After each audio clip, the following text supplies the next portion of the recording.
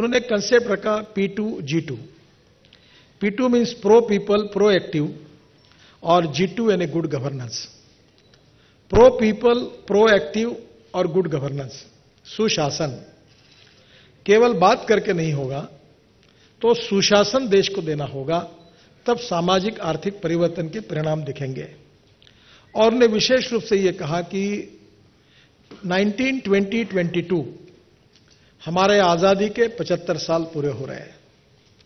उन्होंने इस बात का उल्लेख किया कि महात्मा गांधी जी ने 1942 के 20 साल पहले जितने भाषण दिए उसमें कहा था कि भारत को स्वतंत्रता कैसे मिले, ये उनके आधार का सबसे मजबूत आधार था। अब हमको ये सोचना है कि 2020, ये जो हम लोग 2022 ये मिशन मोड में जाकर हम जहां सत्ता में हैं, हम ऐसा सामाजिक आर्थिक परिवर्तन लाएंगे कि हमारे देश को विश्व की प्रथम क्रमांक की शक्ति बनाएंगे, आर्थिक शक्ति बनाएंगे। We are a rich nation with a poor population. इस बात का भी जिक्र करना आवश्यक होगा कि अनेक सालों तक हमारा देश धनवान था पर जनता गरीब है। नीतियां बनी पर अमल नहीं हुआ। इसका कारण था wrong economic policies, bad and corrupt governance and visionless leadership.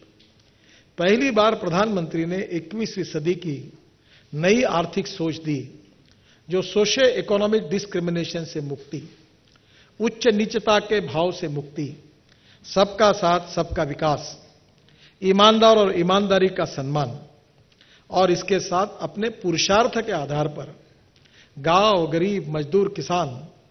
और इसके लिए उन्होंने कहा कि केवल जनधन नहीं, वनधन। वनधन का संबंध ट्राइबल्स के साथ है। फॉरेस्ट बेस्ड इकोनॉमी, इसके आधार पर हमने अनेक निर्णय किए हैं। और ये वन में रहने वाले जो हमारे वनवासी बंधु हैं, इनका भी विकास होना चाहिए और पर्यावरण का रक्षण होना चाहिए। एक तरफ जनधन, ये इकोनॉमिक थॉट था, और एक तरफ वनधन, ये फॉरेस्ट इन्वायरमेंट से रिलेटेड एनवायरमेंटल थॉट था। Ethics, economy, ecology and environment, ये 3 सूत्रों का आधार उनके भाषण में था। और इसका तीसरा पार्ट था जलधन।